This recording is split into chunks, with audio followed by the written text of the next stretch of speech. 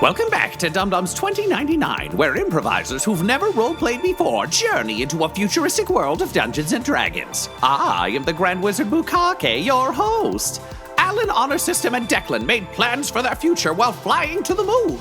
If Declan and System survive this mission, Alyn agreed that they can retire in Dumfeyroon. If they promise to help take out Xanthus, will these two rebels finally earn a happy ending? Or will Jeff Cinder Bezos kill them before they can fulfill their new dream? Find out next on Dum-Dums and Dragons 2099. Now, admittedly, the moon doesn't have that much atmosphere, but what atmosphere it does have, you are currently plummeting through in the back end of the Cerulean origin. Having got your first glimpse of the moon and what the forces of Amazon have been up to, as the top part of the rocket tore away, you can see it kind of fall into orbit and immediately deploy just a tremendous amount of parachutes that, of course, erupt from the entirely only rocket-shaped looking object in a hilariously phallic way, leading it to begin drifting down, just a mushroom descending from the sky. You, however, are just hurtling through the orbit as Alyn, you attempt to finish your tiny hut. So tiny hut, luckily, doesn't require you to roll anything in particular. Correct. To cast. However, I am going to ask you to roll a concentration check on this. Excuse because me, sir. Given that Declan gently pushing you 1 inch to the side was too much of a distraction for you to finish your job here, I got to imagine suddenly being decoupled by an exploding grenade and spinning sort of head over feet is a bit of a distraction. Now, to be clear, this won't desummon it. It just might have because it's also like not complete yet, right? Yeah. So, and I imagine that like once it's complete, even though it's a stationary hut, it would still like obeys Newton's like first law of motion. Oh yes, like, famed Faerun character Newton. You know? Yeah, it was a goblin who had an apple fall on his head. I get it. Yes, no, like once it's cast, you're fine, and I'm not gonna. You're not gonna need to worry about it, with the exception of like if you cast it and then it hurtles with great speed to the ground. It's a little bit like being in the world's safest elevator that is decoupled and just falling down multiple stories. No, but sure. Yeah, I'm not gonna you don't need to roll concentration past casting it. It's just the eruption of the grenade has somewhat thrown you off a bit. So that said, I will give you advantage on this because you're pulling on you're using the technique that Mordenkainen pointed out to you, that you can like pull on multiple universes worth of stuff. And I think there's something about being up here amongst the stars that really brings that home for you, and you're able to pull on the celestial energies to see if you can pull this off. Excellent. All right. The goblin's full name is Sir Eggsack Newton. I was going to say family of egg farmers. Is this just a basic concentration? Just have to beat 10? Yeah. Okay, cool. And I thankfully do with the 14. All right. So you're able to maintain your focus. I mean, honestly, traveling with Butthole you got pretty good at ignoring, and Bucky for that matter, you got really good at just ignoring distractions. Yeah. So you were able to finish the hut. Declan and Honor System. You're now within. Laura, what is the effect of the hut? I don't think Alyn's ever made one of these. What does Alyn's version of this hut look like? A long time ago. So it looks so it's transparent from the inside, so we can just see through it. But from the outside, it's opaque and it's in whatever color I want it to be. So it will be like a pitch black to hopefully be like somewhat like inconspicuous against like the night sky. We'll see if that's a smart decision. But even though like it's a dome on the ground, but because we were like in 0G, I would think it's a sphere. Yeah, by that. Is it bigger than the environment, or is it a sphere that has been smushed into the square shape of the room we're in? No. It's only a 10-foot radius. So it's not huge. 10-foot radius to be 20 feet wide in all 20 directions? feet of 20 feet, yeah, in all directions. Is this room 20 feet tall, Tom? It was pretty big. It was a cargo hold. Cool. So I think I'll say it's like a little squished on the sides, maybe Cool. a little squished on the top. So it's not a perfect sphere. It's like a weird rounded cylinder. Yeah. What are walls, but just a very specific form of weather? Yeah, it's the. What are walls if not weather persevering? It's a sphere that you order. Oh my god, have an Emmy. It's the wish.com version of a sphere. You know, like there was a sphere at some point, maybe somewhere, and you're just getting what you're getting. But the important thing is that you can breathe inside it, and you can see out of it. The problem remains, though, that you are plummeting from the sky, and as we established, this thing will protect you against the vacuum of space and against weather, but it's not going to protect you from getting fucking splattered against the inside of this thing as you drop. Right. There's not that much sand on the moon. Is that what you're saying? No, sadly not. It's you're not landing on Arrakis because I couldn't get the rights. You have to wait for a different show for that. So as you plummet, I think all of you begin to sort of cast around for whatever you can find. Unfortunately, you've already searched this place pretty heavily, so you know that there's not a whole lot here for you. And there's a bit of desperation, obviously. You're in free fall. Everything's a bit nuts. At which point, Alyn, you feel just as you do, kind of like it's a familiar sensation, but you feel just kind of a bunch of fingers just skitter kind of up your side and kind of peek out Ratatouille style of your jumpsuit. And Billy fingers just kind of in slow motion as everything flies in arcs. A little bit of a Baby Groot at the beginning of Guardians 2 when everyone's fighting that monster and he's just running around. Just kind of skitters up and just kind of leaps. And so in 0G, Billy Fingers just kind of floats through the air as a ball of fingies, just kind of drifting. And you notice that he begins to trace a pattern in the air with his fingers. And suddenly he hits the side of the hut, and his remaining and two fingers kind of grab on, and the rest of his fingers trace something in the air, kind of Witcher style. And all of a sudden, the hut pops free of the engine section that's crashing from the sky, and begins to fall almost as though it's a feather. And Alyn, you feel a pulse of magic, and it would seem that your small companion has been studying, as you've been studying from Mordenkainen. Billy Fingers has been studying from you, and thus. Wait, do I know this? Or you know it now? He never let on. This is entirely new behavior. So the hut, Alyn's hut, begins to slowly drift. Kind of like a beautiful slow falling Final Fantasy summons worth of black orb drifting towards the ground. And Alyn, as you watch this and wonder, do you have any immediate reaction to Billy Fingers having cast Featherfall? I am aghast and delighted and a little bit jealous because why can't I do this in this universe right now? I'm honestly I'm just in awe. There's not much thought Awesome. going through my head of just Billy. Alyn, why didn't you tell us you could do this? This is excellent. We're not going to die.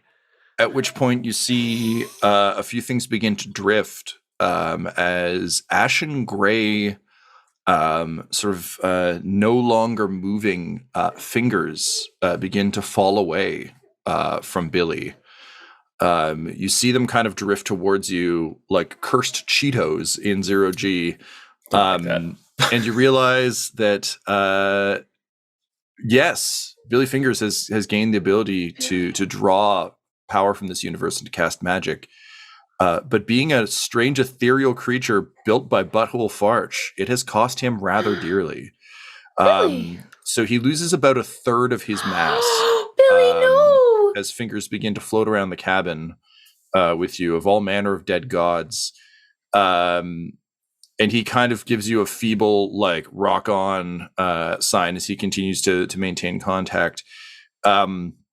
At which point the orb makes moonfall, and suddenly the weight of gravity seizes all of you, and you are still kind of thrown forward against the side of the hut. But luckily, the gravity is not such that you get splattered as perhaps you would have. Fingers rain down around you. In a grim weather. It turns out it's the only weather that the hut couldn't protect you from. Alyn, why is it raining fucking fingers inside your moon hut? I don't know, and I pick up Billy, just hold him in my palms, like before me, and He's tinier. I know, Billy. What? Are you okay? And he gives you one of those weird thumbs up without a thumb, where it's just like a finger pointing up, but you know what it means. He's done it before, but it's feeble. It's trembling a little bit. It seems like he's number one. And Or it's just I just kind of give like this, like kind of skeptical, like kind of a fuck you looking Declan. Just Well, you're not giving me any information. You're asking a question to something made of fingers. I know, but he's a complex little being. Okay, what's he saying? He's fine for now. Billy, don't do that again unless we are in absolute mortal danger again, please. Thank you. Wait, did he build the he hut? gives a rolling gesture with his fingers of like we just were, and then just pats you on the hand. Yeah, come on back in the safety of my inner pocket. He finger limps back up to his little ride along. I help him. And no, he didn't build the hut, Declan. I built the hut. He slowed us down. Okay, so No, I'm not magic. If I cut off my fingers, I'm just not going to have any fucking fingers. So I'm not falling down this fucking path. Is your bird okay? The mum bird? Or the anti-mum bird? Do we have a... Yay! Yes. Yes, little Richard's fine. All right, system, you're good? I am. Excellent. I look around. Do we see a way? Is there like a door that says enter Moonbase here? Oh, yeah, absolutely. And you'll never guess. Xanthus is outside taking a leak, and he's not looking your way. There's a knife floating behind him. You just gotta push it forward. I'm pushing the tiny hut, American Gladiator style. We're just going. I can't shoot out of here. We had this conversation. You can leave the hut. All right. So, having made Moonfall, I'm going to use just north, south, east, west for the ease of all of our brains. Obviously, those aren't like moon accurate directions necessarily. But in looking up what moon accurate directions I could use, most of them are just based on like things on our moon that would be completely useless here. It's like, where are you in relation to the Sea of Tranquility? I'm like, in a different universe where that doesn't exist. Oh, cool. So hang a left. And then I was like, maybe I could go spinward, but moons don't spin. So regardless, you're on the moon. Declan looks at the other two and says, all right, for the sake of sanity, that's going to be north, that's south, that's east, and that's west. Okay, yeah, I don't want to get all fucky. In a very Ender's Game kind of way, it's like whatever down is whatever way the goal is. Like whatever your feet are pointing, that's down. Great. So, yes. So you've landed south of the Fulfillment Citadel. And there is a chain of these sort of habitat pods between there and here. So the good news is you've crashed rather close to a small fenced-in enclosure that is under one of these sort of oxygen, like basically these are atmospheric bubbles that you can enter into. Very much in the vein of if you've played Borderlands, the pre-sequel, there's like a lot of these spots where it's just like dome that you can just walk into, and as soon as you're in, or like think the Gungan shields in Star Wars, like any of these sorts of things.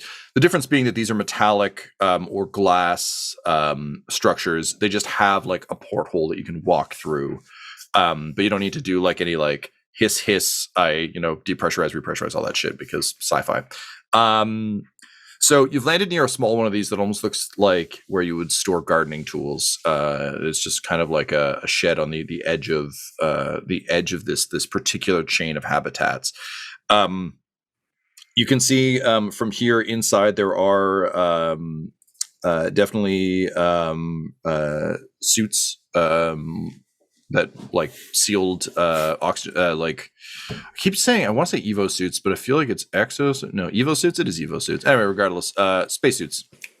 How? Yeah. Bunch of spacesuits that are EVO. EVO. Oh, great. Okay, fantastic. Extra vehicular operation, I think. Fuck yeah! All right, great. I was right the first time. Then I was like, "That's Something an like olive that. oil." What are you talking about, McGee? There are So- exoskeletons, so you're not wrong there either. yeah, but I don't want to give you like cool like Ripley from Aliens mech suits because that'd be too much. You already had your mech suit fun.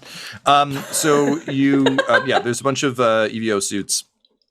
You can tell there are a couple of like drastically dismantled buggies. It would seem that the actual operational buggies for this spot are elsewhere or are not in use.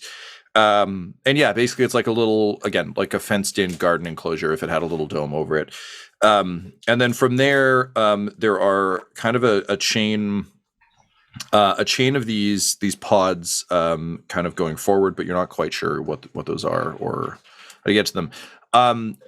You can feel as soon as you kind of land, the cylinder hut is also trembling a bit, as you can feel tremors occur throughout. Not constantly, but every so often there'll be just sort of a series of low-level tremors from whatever the hell they carved into the center of the moon. There's clearly some operation that is in progress there and is active. Your immediate concern, of course, is how to get to the excursion center, which is the small space. That said, given the way you got down here, which is like legitimately from a DM perspective, like pretty brilliant that you use the hut because it means you've got a safe spot to do this from, and kind of to return to. Unfortunately, the hut can't move. You can't American Gladiators roll it, but given that you can enter and exit at will. Certainly easy enough to send honor system out to get suits. So I think we can save ourselves a couple moments of like that. And it is EVA. Your first instinct was correct. No, I had an O on it it's anyway. Extra vehicular activity. In this God universe, it's Evo. Great. Sorry, it was going to bug me. No, I'm glad you looked it up. It was bugging me. That's why I kept pausing ever so slightly before I said it. So EVA suits. So I think, would you all just send honor system to grab the suits? That'd make the most sense. If he can't move the hut, because otherwise, if he can move the hut from the outside, we just ride. The hut can't move. Yeah. It's one of its weird. Then no. It's to prevent industrious parties from, say, I don't know, strapping it to the top of a donkey like a table and just keeping it with them for a million fucking seasons.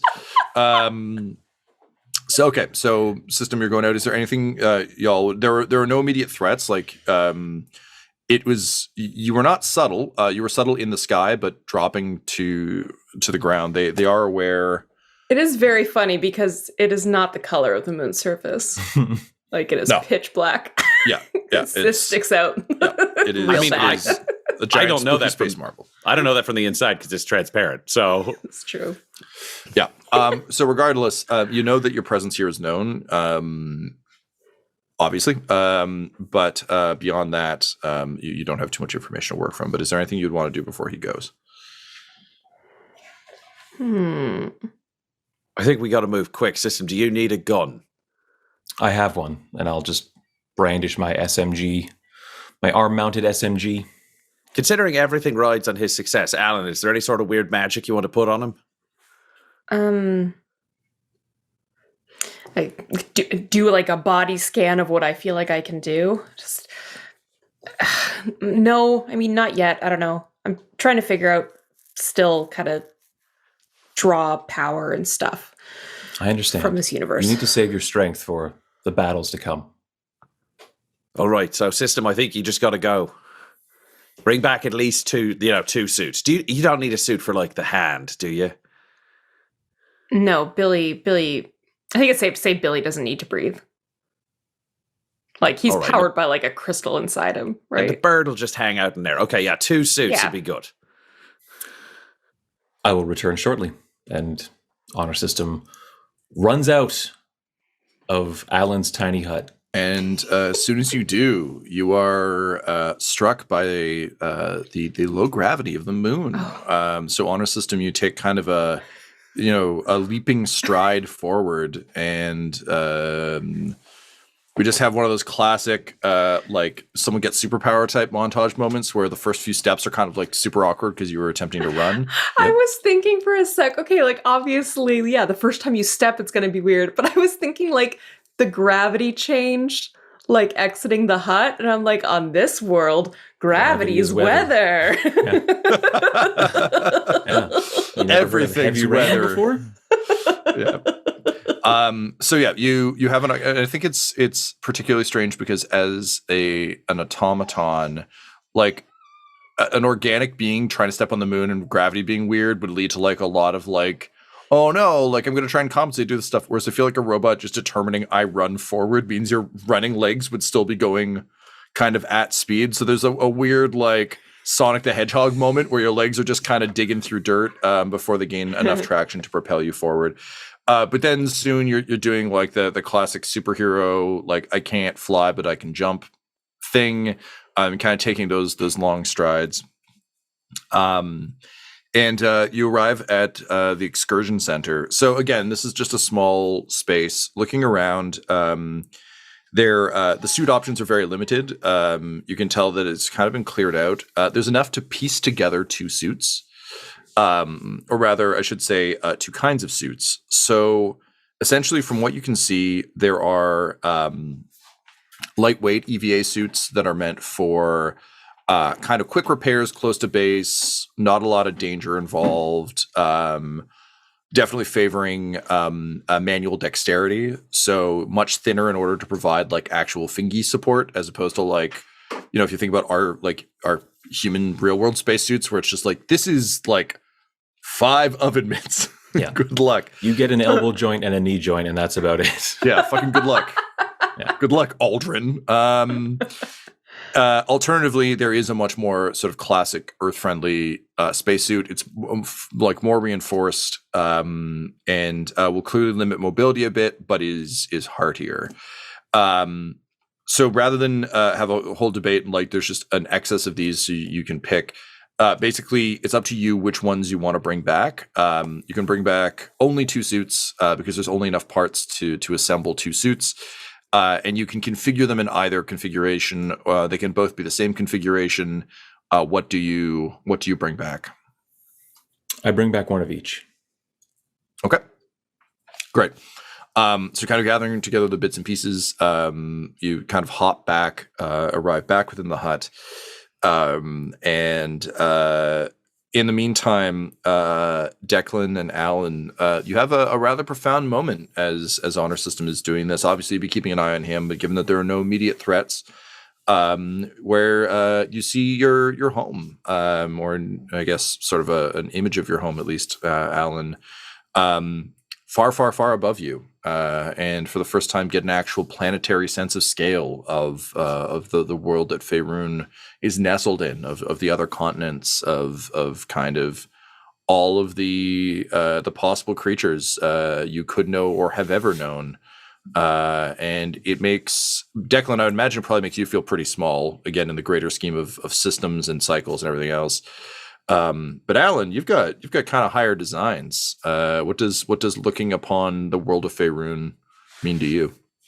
I think physically, initially, Alyn kind of feels sick and throws up just because it's just disorienting. Like leaving kind of the surface of the earth or the world and seeing it from this height was never anything that she would have imagined.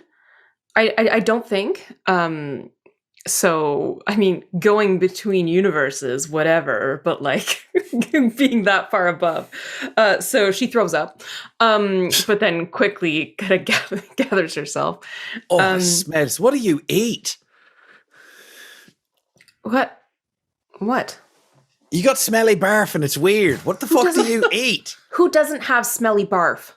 Well, I'm just What the saying it's shit? distinctive. It's very distinctive. You have And smelly open wounds there. I patch. Well, we know they smell like fucking blood. It's not Yeah. complicated. And What do you my eat? I vomit feel like- smells like vomit. I feel like you made this so hostile, and I don't know why. I just wanted to know if you ate some sort of magic thing. If I'm going to run a farm, I need it to be successful. What do you eat? What do wizards eat? We can run a farm for wizards. Or grow whatever weird bugs or shit stink mushrooms you just apparently eat. Jesus. It doesn't matter. Billy and now- just pushes the vomit to the edge of the hut, and then just kind of palms it through and just floats out the side. The little hand guy is growing on me, but it's crazy looking up at the world though, because I know I can't, but I feel like I could headshot a continent right now. It is strange how small it seems. Yeah, and it's also kind of frustrating because I had like one really stupid friend who believed that the world was flat. And we had to end the conversation by me being like, well, if you were on the moon and you looked up, then you'd know it wasn't fucking flat. But the problem is right now it just sort of looks like a circle. So it could arguably just be a flat circle. So I don't have any proof even having been up here because we were too busy shooting everything and then not dying during the part where I'd see more of the curve. But can we I don't even know how to answer that. Alyn, like Honor system returns with I suits. didn't read that, but I'm happy for you. Or sorry that happened. Alyn just not sure how to respond. I think though Alyn though is thinking to herself that that maybe she's been too narrow in where she's drawing her like the magical energy from, because I think it always felt close, but I think she starts seeing the potential that if she's feeling magic here as well, she built the hut in space, that there's so much untapped potential in kind of the quote unquote emptiness surrounding the world. Yeah, it's literally That's like what when she's people thinking of. like got on airplanes for the first time and were kind of like, oh man, I've driven places, so like I know how big. Oh dear, what? Like yeah, awesome. Alyn, I'm going to give you 1 point of inspiration for just being like psyched up about what you could possibly do with all of this information, and also just again Mordenkainen's teachings coming home to roost. Yeah. I'm not giving you a point of inspiration, but I did clear the vomit out for you, Declan, so everyone gets something. Honor system, Ryan? I was going to say, system, I saw you bouncing around out there. What do you calculate the gravity is here compared to Earth, or I guess Faerun standard? I provided calculations saying it's a fraction of our typical terrestrial gravity. You will need All right, to everybody, just give me a compensate. second. Nobody say anything for a second. Just let me do the math real quick. Okay, yeah, I can snipe people here. All right, we're good. It's all just a ratio of distance and curve. We're fine. Again, Alyn, I know curvature of the Earth and I know about gravity and how it all affects. It has to be a circle. It's just a visual problem for my stupid friend. Okay, we're good. Just straight up doing the Spider-Man from No Way Home thing, just like, oh, math I can do. I can't do magic, but math. Okay, great. So, with that, Declan, you'll know obviously that for movement, you'll just have to compensate. Like for sniping, it's one thing. That's part of the good news about having like ballistic weapons appear as well. Is like if it goes, it's just gonna go. So that'll be fine. That bullet will travel for a long time until it hits something, or gradually gets pulled down by gravity. Okay, great. So you're all set. You're ready to rock and roll. Honor system, you've returned with 2 suits. So. Again, for in terms of Alyn and Declan, One has higher AC, but is bad for dex. The other is lower AC, has higher dex. The catch here being that these suits have their own AC and their own HP, because obviously when you're fighting within any of these pods, they have gravity. You'll be able to fight the way you normally fight. However, when you're outside of any of the sort of hab pods, when you're on the surface, damage to the suit could depressurize you, or could depressurize and kill you. So the suit itself weirdly becomes your armor for a bit. If you're inside a pod, it doesn't matter. But if you're bouncing around outside, your HP and AC will be much lower than they would be normally, because I don't need to kill you. I just need to tear your jacket. Does that make sense? Yep. Yes. So with that in mind, there are two suits available. One that is high AC, low dex. One that is low AC, high dex. Now, I feel like I'm the sneakier of the two of us, Alyn. And sniping is traditionally a dexterous art. But if you feel like you need that to be able to do the magic, let's be honest, you can throw explosives and I can throw individual bullets. I would agree. I think your ability to move quickly is more important in this case. All right, so Alyn's going to be our tank, Mm-hmm. and we'll move around her and make sure that she doesn't fucking die. Agreed. All right. So you suit up, and what I could use from both of you is, what does your super cool sci-fi suit look like? You go first, Alyn. You go. I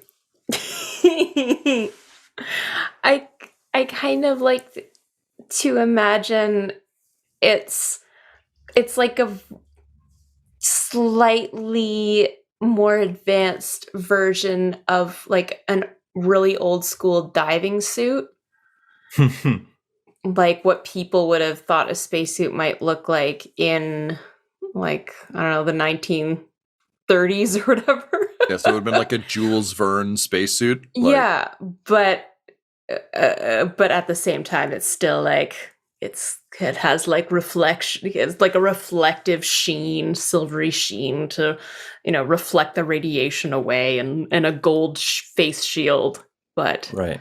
still kind of like that porthole look. Nice. Yeah, you had to unlock all of those through the battle pass, Yeah. but you did it within the month. Yeah.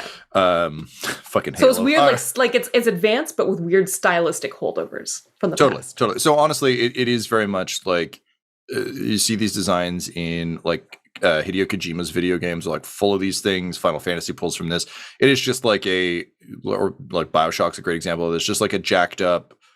Like the style is old, but there are like enough modern accoutrements to indicate that it wasn't just like dredged off the bottom of the ocean and Yes. shot into space. Great. Okay, cool. And of course, since the various suits have various uses and needs, that they can look drastically different. Ryan, what does yours look like?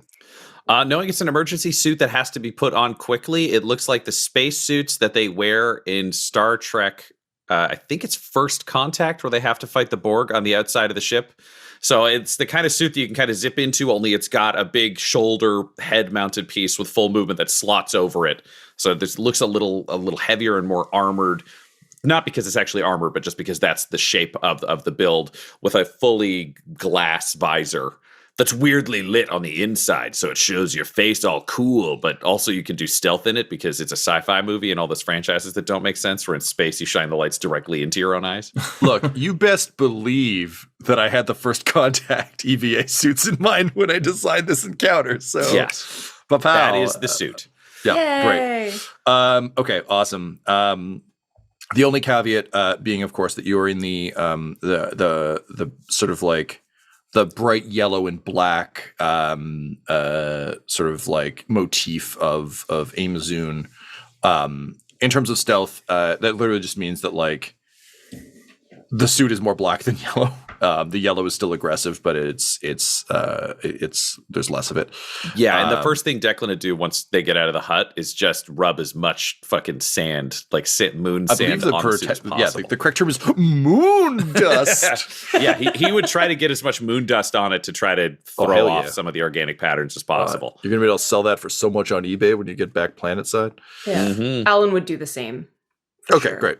So we just have a brief moment of both of you being like a dog that's found some dirt and some sand and just like, you know, like rolling garbage onto your suits.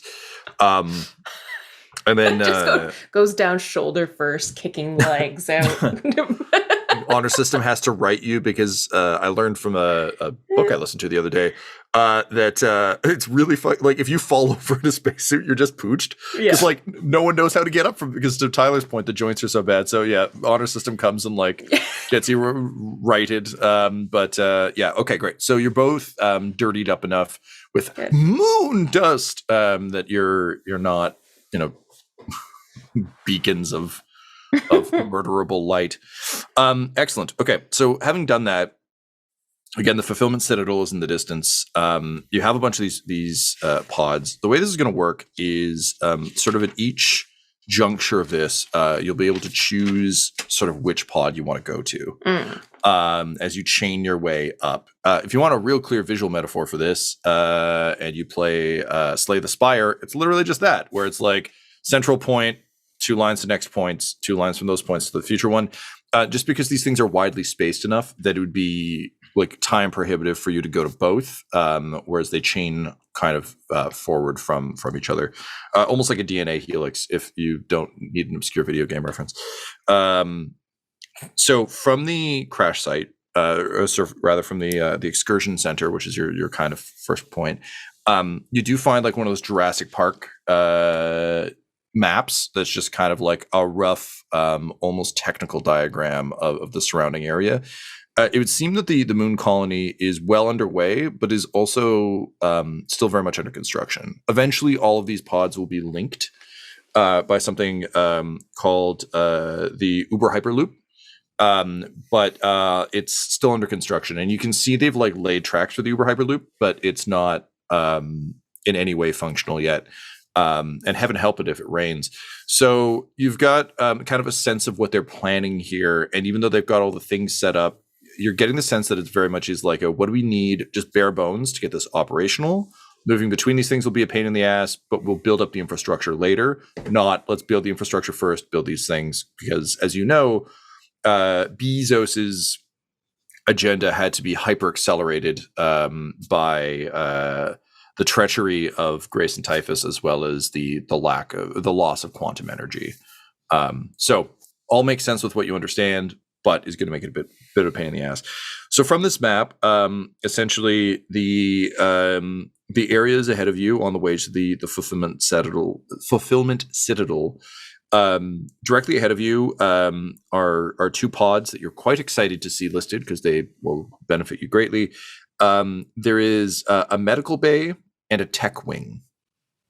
So from the looks of things, at one, you'll be able to recover some of the wounds you've taken, perhaps bolster your health in some way. In the tech wing, you'll be able to upgrade your technology, your weapons, and possibly recover things like spell slots. Unfortunately, you can only go to one of the 2. And it will take you two rounds of space movement to reach it. From there, you'll have to travel through a junction point known as the Meat Lab. There aren't many details about that, other than the fact that it is called the Meat Lab. Beyond that, there is executive housing and the Uber Hyperloop station, which seems to be operational from the station to the Citadel, if not out further from here. In kind of like modern terms, you can almost think of it as like an airport shuttle.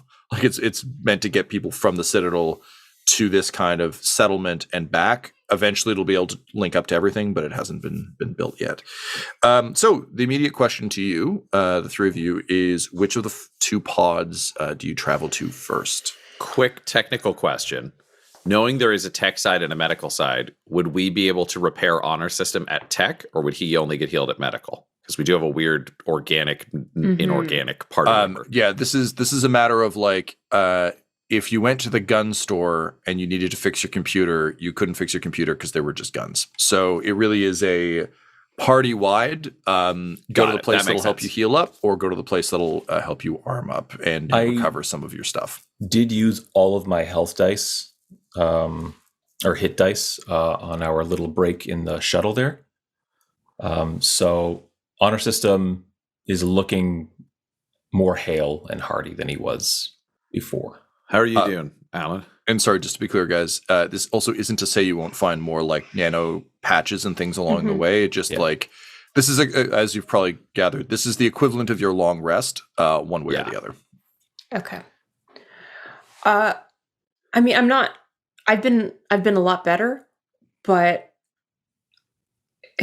I think if we're going to make it through this is still pretty foreign to us. I think we need to get as much of a look at any tech that can help us get through this as we can. All right. So priority is kill things so that they don't kill us, rather than heal up so we can get hit harder. Exactly. Okay, let's set out for the tech hut. What the fuck they're all huts? Fuck it. Tech hut.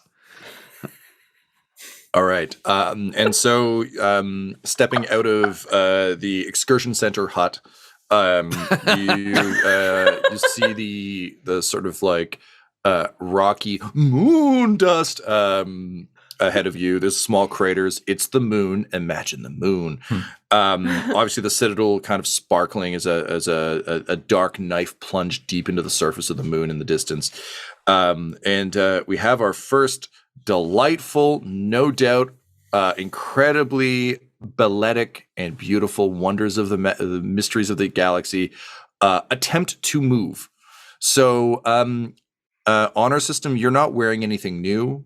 You're a robot. I imagine that your body is able to compensate for this pretty easily. So I'm going to give you advantage on these. Some computation has taken place since I've already been out. For sure. And also, again, just like you don't have to worry about pesky, like organic mechanisms not being great at quick adjustments.